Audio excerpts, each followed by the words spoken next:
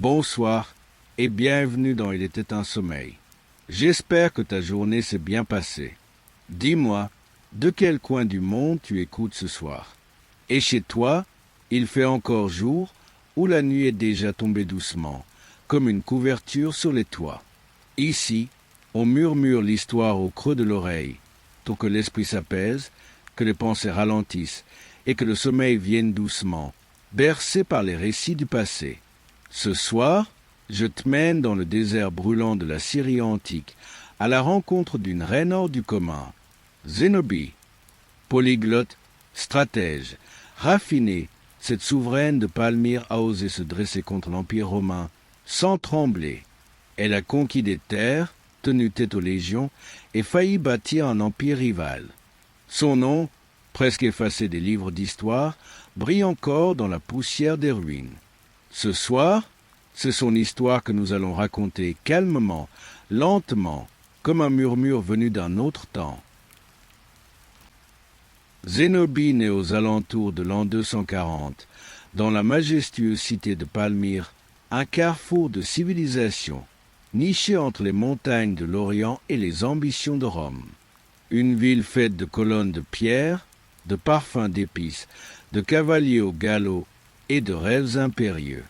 Une ville qui respire l'intelligence, la richesse et l'indépendance. Son vrai nom, Septimia Batzabé Zénab. Un nom multiple, comme son héritage. Un nom que peu connaissent, car l'histoire l'a souvent résumé à Zénobie. Mais dans ces syllabes orientales, il y a déjà un monde. Elle est à la croisée des cultures, gréco-romaine par l'éducation, sémitique par le sang, peut-être même égyptienne par fascination. Les sources sont confuses et ce n'est pas un hasard. Quand une femme prend trop de place dans l'histoire, on efface les détails. On laisse planer le flou. Son père serait un noble palmyrénien, peut-être même un descendant de dynastie arabe. Sa mère, selon certaines rumeurs, était égyptienne. Mais ce qui importe, ce n'est pas tant d'où elle vient, c'est ce qu'elle devient. Très jeune, Zénobie montre des signes qui font parler les anciens.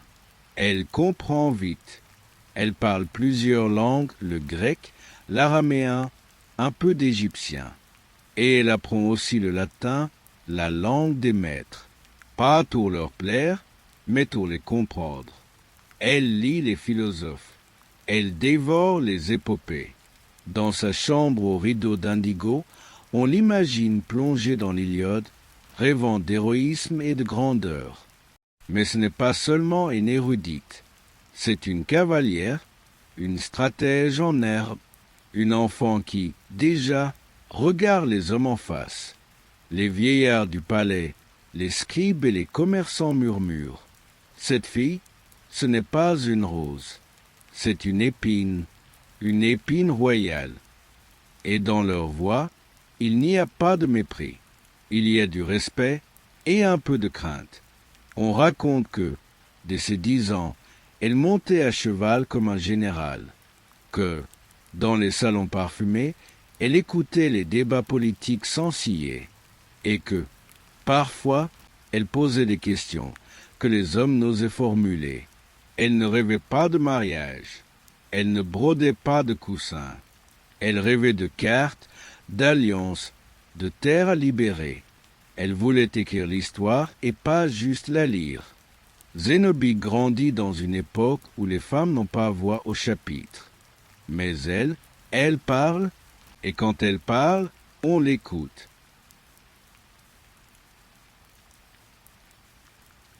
À Palmyre, les alliances ne se nouent pas seulement à la pointe de l'épée. Elles se scellent dans les regards, dans les mots bien choisis, dans les soupirs discrets échangés entre les colonnes d'un temple. C'est là qu'apparaît Odenatus, prince de Palmyre, un homme puissant, charismatique, maître de la ville et fin stratège. Un homme loyal envers Rome, certes, mais seulement jusqu'à ce que cela sert ses intérêts. Lui aussi regarde loin. Et puis, il y a cette jeune femme. Quand il rencontre Zénobie, quelque chose bascule. Elle n'est pas une princesse comme les autres. Elle ne baisse pas les yeux, elle ne minaude pas. Elle questionne, elle raisonne, elle provoque. Et Odenathus, l'homme des batailles, en est troublé. Leur union, qu'on imagine politique, devient aussi fusion intellectuelle. Il la consulte, il l'écoute. Elle devient son égale dans un monde où cela ne se dit pas. Dans l'ombre, Zénobie apprend. Elle observe les rouages du pouvoir, les coutumes romaines, les fragilités de l'Empire. Car Rome, à cette époque, est grande, mais vacille. Les empereurs se succèdent. Les frontières brûlent. Et Palmyre, au milieu de ce tumulte, se redresse comme une oasis d'ordre et de prospérité. Odenathus mène les campagnes militaires. Il repousse les Perses, protège les hauts noms de Rome. Et pendant ce temps, Zénobie prépare autre chose. Elle ne tient pas seulement le palais. Elle tisse des réseaux, s'entoure d'intellectuels, de penseurs, de stratèges. Elle cultive un rêve ancien, faire de Palmyre non pas une province, mais un empire à part entière. Un empire à son image, raffiné, libre, indomptable. Et lorsque Odenathus meurt assassiné dans des circonstances mystérieuses, Zénobie ne pleure pas longtemps. Elle se lève, elle reprend le flambeau, et à la stupeur générale, elle gouverne, pas comme une régente, comme une souveraine. Zénobie est désormais seule à la tête de Palmyre. Mais seul n'est pas le bon mot, car autour d'elle, une cour s'organise, fascinée par cette femme qui parle plusieurs langues, qui cite Homère et Platon, qui connaît la tactique militaire autant que l'histoire des peuples qu'elle gouverne. Elle n'est pas une reine décorative. Elle est le cerveau, la volonté, l'âme de l'empire de Palmyre. Et surtout, elle agit. Elle profite du chaos qui règne à Rome pour affirmer l'indépendance de Palmyre. Petit à petit, ses armées prennent le contrôle de territoires clés, la Syrie, bien sûr, mais aussi l'Égypte, puis l'Arabie.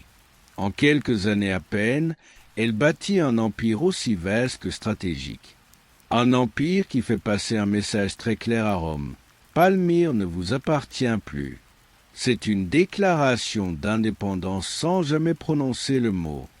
Zénobie ne porte pas le titre d'impératrice, mais elle agit en tant que telle.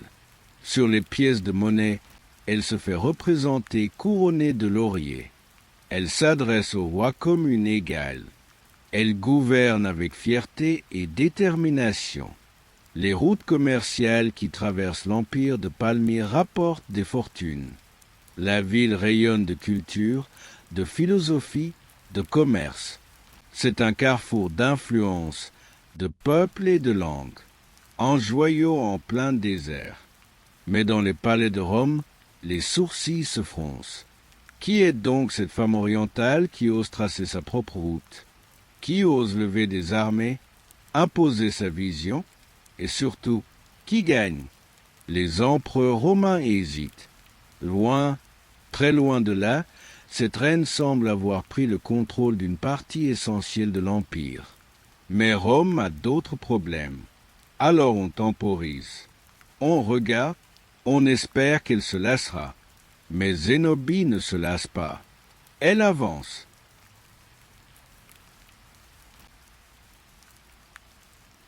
Il y a, dans le destin des empires, des silences qui précèdent les tempêtes. À Palmyre, on aurait pu croire, un moment, que le vent soufflait dans le bon sens.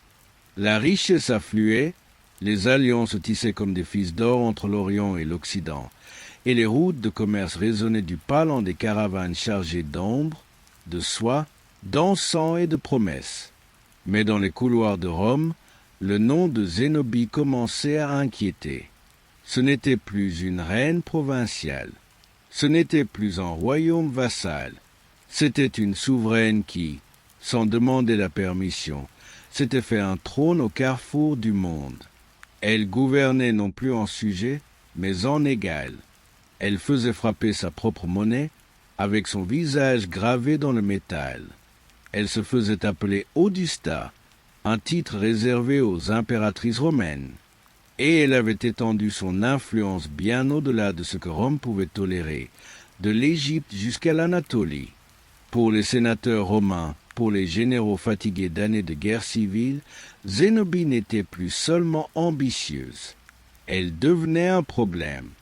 Et c'est dans ce climat instable, chaotique, presque fiévreux, qu'un homme se leva, Aurélien. Soldat avant tout, discipliné, rugueux, sans fioriture, Aurélien n'avait ni la patience des philosophes ni la diplomatie des patriciens.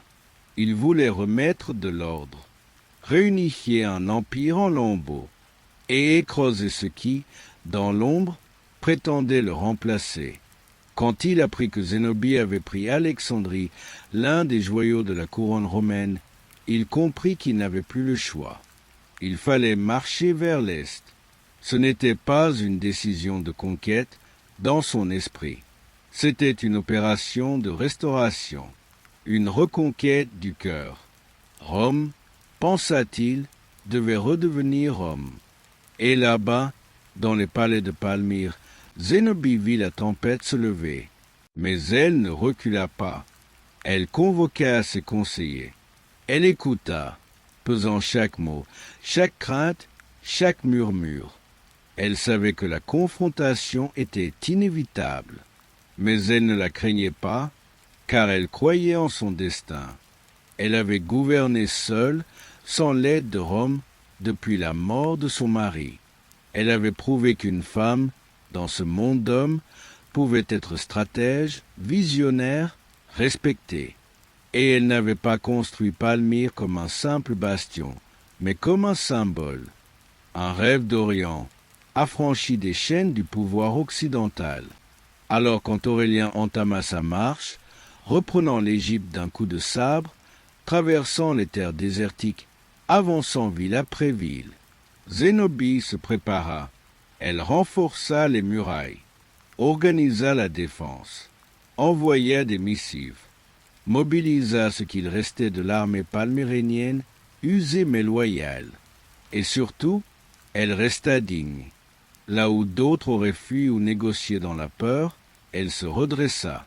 Sa cour la regardait avec admiration mêlée d'inquiétude. Elle portait, sur ses épaules, le poids d'une civilisation.